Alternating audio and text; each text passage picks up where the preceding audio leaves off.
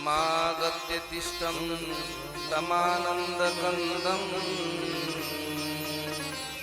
परब्रह्मलिङ्गं भजे पाण्डुरङ्गम्। कलावत्ने जीवोद्धारार्थावतारम् कलाकङ्कतेजोधिकामोदिवक्त्रम् खलानिश्यवादापनोदारदक्षम् समाधिस्थमूर्तिं भजे ज्ञानदेवम्। नमो सद्गुरु तुकया ज्ञानदीपा नमो सद्गुरु सच्चिदानंद रूपा नमो सद्गुरु भक्त कल्याण मूर्ति नमो सद्गुरु भास्करा पूर्णकीर्ति वक्रतुंड महाकाय सूर्यकोटि समप्रभ निर्विघ्नं कुरु मे देव सर्वकार्येषु सर्वदा। गंगाभिषुद्धं नित्यपादस्पर्शं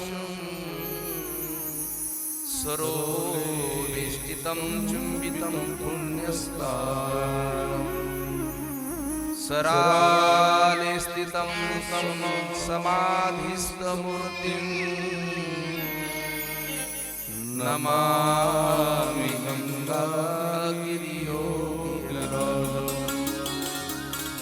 तपो ज्ञान वैराग्य भक्ति स्वरूपम् सदा अलंकृतं साधु संन्यास योगम्। मुखे यस्य वेदांत शास्त्रार्थनिधिं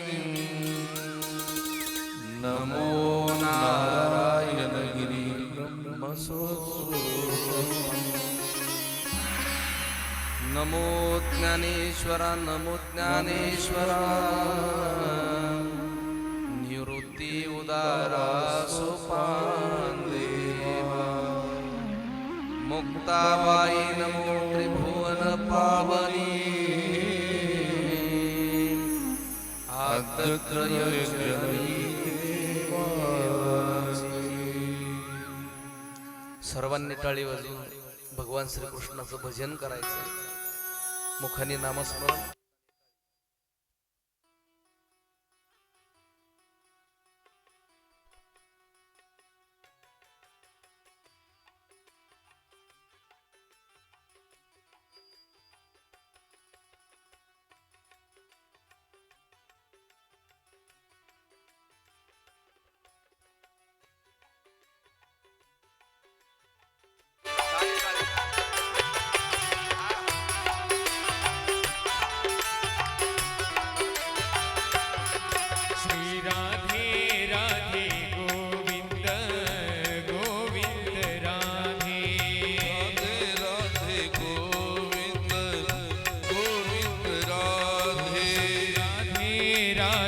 गोविंद गोविंद राधे राधे राधे गोविंद गोविंद राधे गोविंद राधे गोपाल राधे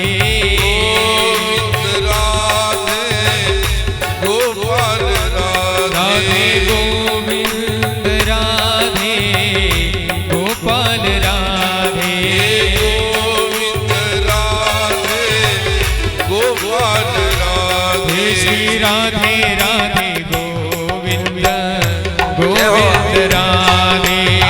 टाळी वाजवा सगळ्यांनी, टाळी वाजवा। गोपाल राधे हरि बोल जय हो।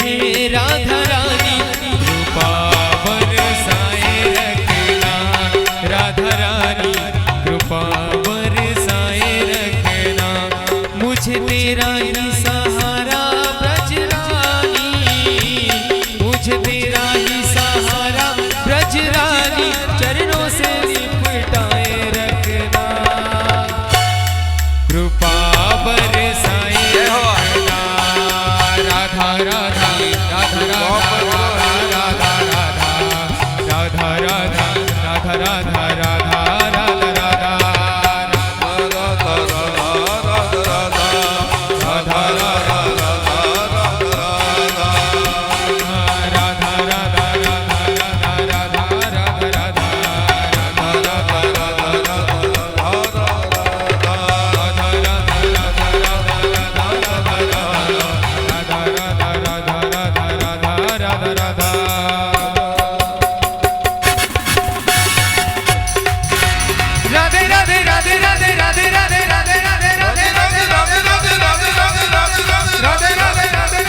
जय जय श्री राधे जय जय श्री राधे जय जय श्री राधे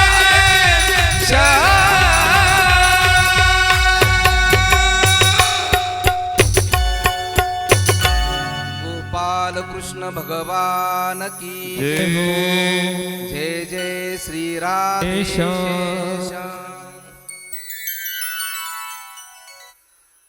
परम मंगलमय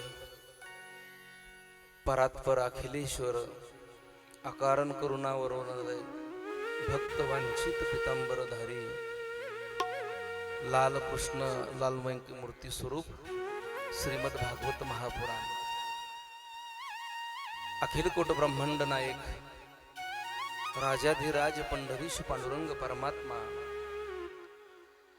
मुक्त कैवल्य तिजुनंदी माऊली ज्ञानोबराया जगद्गुरु तुकोबराया आदिशक्ती मुक्ताई माता सद्गुरु गंगागिरीजी महाराज सद्गुरु नारायणगिरीजी महाराज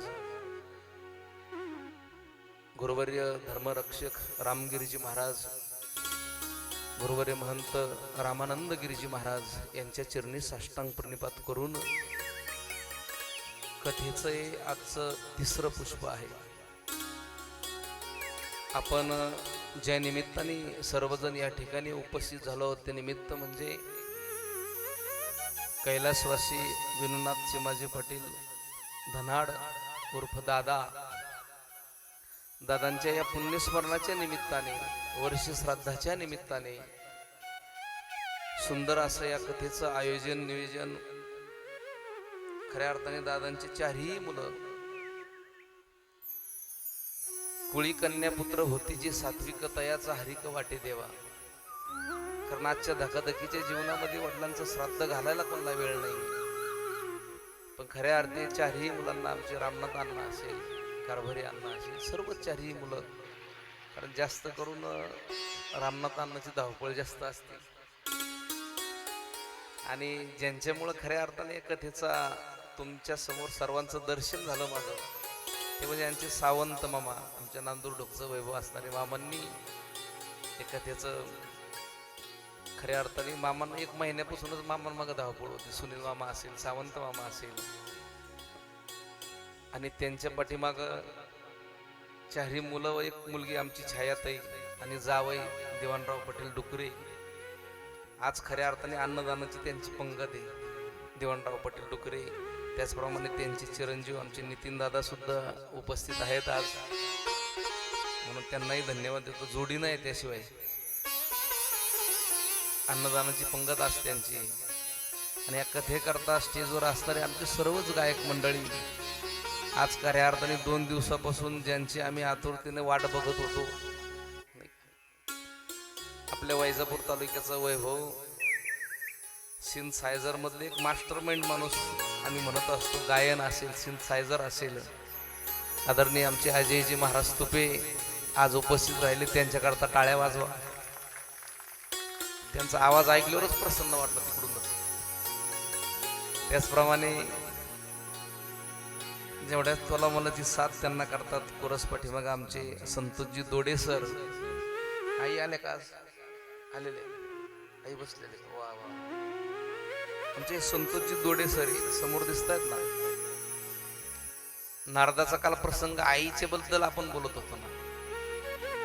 माणसाच्या जीवनामध्ये मी बरेचसे माणसं बघितली, पण आईची सेवा काय असते त्या माणसाकडून बघितल्यासारखं आहे. त्यांच्याकडून शिकण्यासारखं आहे. कारण आईला पॅरालिसिस झाला ते 1 मिनिट आईला सोडत नाही. कथेला आले तरी आईला घेऊन येतात. घरामध्ये दुसरं कोणी नाही आईला सांभाळण्याकरता, पण स्वतः स्वयंपाक करून आईला भोजन घालतायत, आईला स्नान घालणं असेल, सगळं असेल, खूप मनापासून आईची सेवा करतायत. मग त्यांच्याकरता एकदा जोरदार टाळ्या वाजा. कारण वारकरी संप्रदायाचे हे संस्कार आहे हो, खऱ्या अर्थाने जे संतांनी आम्हाला दिलंय ना ते आतापर्यंत कोणी देऊ शकत नाही. मग संतांच्या विचारावरती जे आज चालतायत त्यांना दुसरं एक गुंठावर कुठं जमीन नाही, पण तरी आज अहोरात्र आईची सेवा करत असतात, म्हणून त्यांनाही धन्यवाद देतो. त्याचप्रमाणे तबल्यावरती जे साथ करतात आमचे मित्र नेहमी माझ्याबरोबर सावलीप्रमाणे असतात, कारण वाजवणं तितकंच त्याला मोलाचं आहे. आमचे संदीपजी महाराज वैद्य तेही आज उपस्थित आहेत, म्हणजे दररोजच आहेत असं, त्यांनाही धन्यवाद देतो. जागा चेंज झाली आज थोडी. त्याचप्रमाणे जे पॅडवरती साथ करतायत आमचे बंधू सोमनाथ महाराज तुपे, गोड वादन त्याचा, त्यांनाही धन्यवाद देतो. त्याचप्रमाणे समोर ते यूट्यूब चॅनल मातोश्री चॅनल ज्यांचं आहे आमचे दत्ता भाऊ दीपाली, त्यांनाही धन्यवाद देतो. त्याचप्रमाणे या ठिकाणी आलेले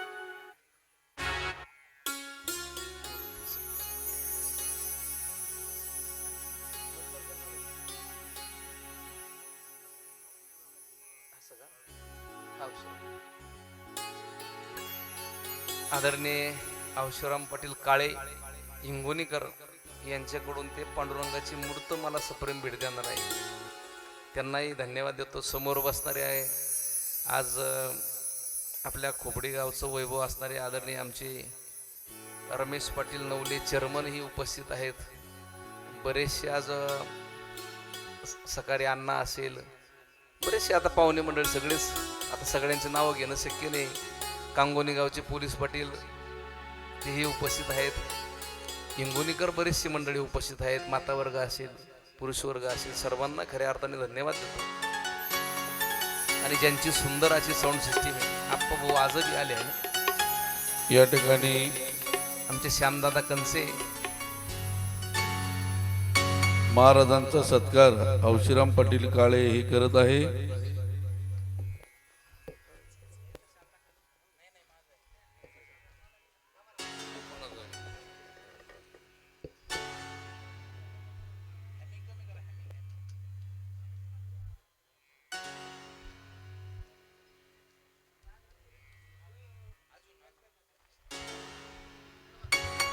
सर्वांनी टाळ्या वाजवा.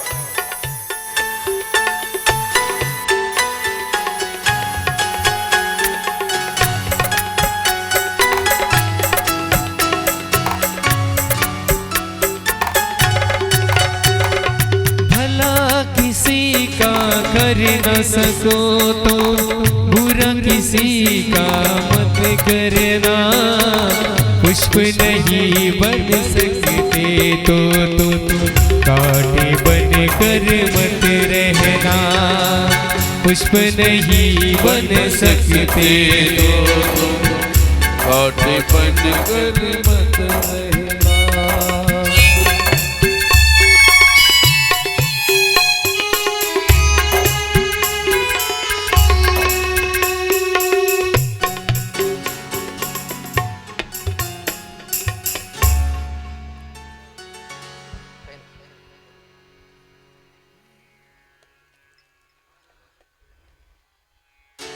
काल आपण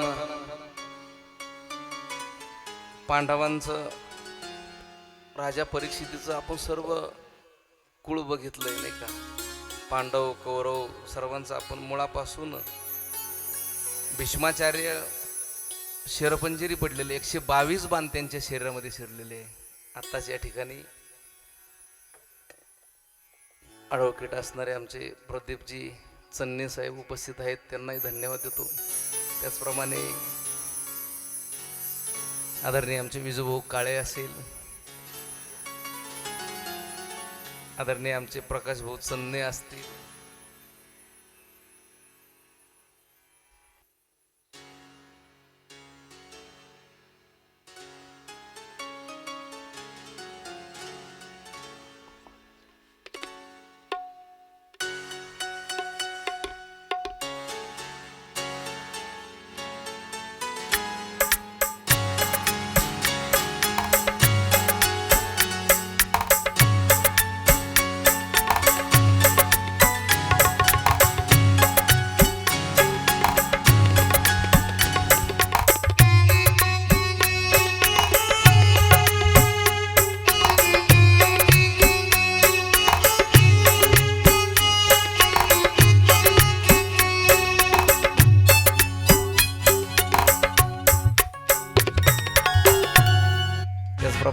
आदरणीय आमचे काकासाहेब बोचन्ने उपस्थित आहेत, सुनील भोगिरे सुद्धा उपस्थित आहेत. आता सर्वांना धन्यवाद देतो.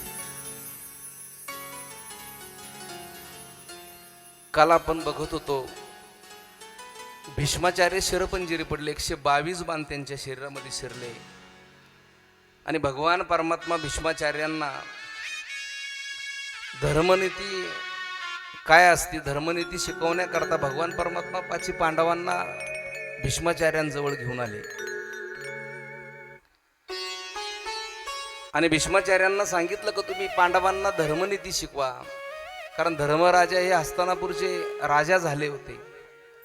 धर्मनीती काय असते ही तुम्ही धर्मराजांना शिकवा. आणि भीष्माचार्यांनी धर्मनीती हे भीष्माचार्यांना सांगितले.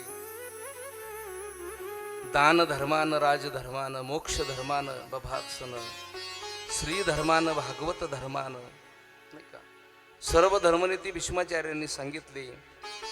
आणि भीष्माचार्य भगवान परमात्म्याला आता वंदन करतात, कारण भीष्माचार्यांचं ते इच्छामरणी होते. कधी देह ठेवायचं हे भीष्माचार्यांचं स्वतःच्या हातामध्ये होतं.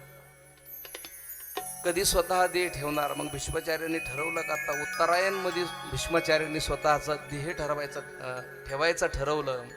विश्वाचा स्वामी, ब्रह्मादी देवांचा देव, श्रेष्ठ अशा पुरुषोत्तमाच्या सहस्रनामाचं निरंतर खऱ्या अर्थाने भगवंताची स्तुती भीष्माचार्यांनी त्या ठिकाणी सुरू केली. आणि भगवंताचे असे 1000 नावं, आपण त्याला विष्णू सहस्रनाम म्हणतोय, ते खरे भीष्माचार्यांनी ते विष्णू सहस्रनाम लिहिलेले. भगवंताचे विष्णू सहस्रनामामध्ये 1000 नामं आहेत. भीष्माचार्यांनी भगवंताची स्तुती केली, स्तुती गायली. शिवमहिमा असेल, दररोज विष्णू सहस्रनामाचा आम्ही जर पाठ केला ना तर लल्लाटीचे लिहिले पुसवण्याची ताकद ते विष्णू सहस्रनामामध्ये असते, नाही का. लल्लाटीचे लिहिलेंना मोडे काही केली, कारण सटवीनं आमच्या कपाळावरती 5वीच्या दिवशी जो टाक टाकलाय ना तो कशानेही पुसत नाही. पण श्रीमद भागवत कथेमध्ये सांगण्यात आलं का विष्णू सहस्रनामाचा आम्ही जर पाठ केला तर लल्लाटीचं लिहिणं पुसण्याची ताकद ते विष्णू सहस्रनामामध्ये. आणि भीष्माचार्यांनी भगवंताची स्तुती केली. त्यानंतर उत्तरायणमध्ये आपला देह भीष्माचार्यांनी ठेवला. भगवान श्रीकृष्ण द्वारकेला निघाले, कारण भीष्माचार्यांनी देह ठेवल्यानंतर पांडवांना खूप दुःख झालं. पांडव अक्षरशः रडायला लागले, सर्व ढायमुकडून रडतायत. धर्मराजा हस्तिनापूरचे राजा झाले होते, तरी भीष्माचार्य गेले म्हणून एवढं दुःख त्यांना झालंय.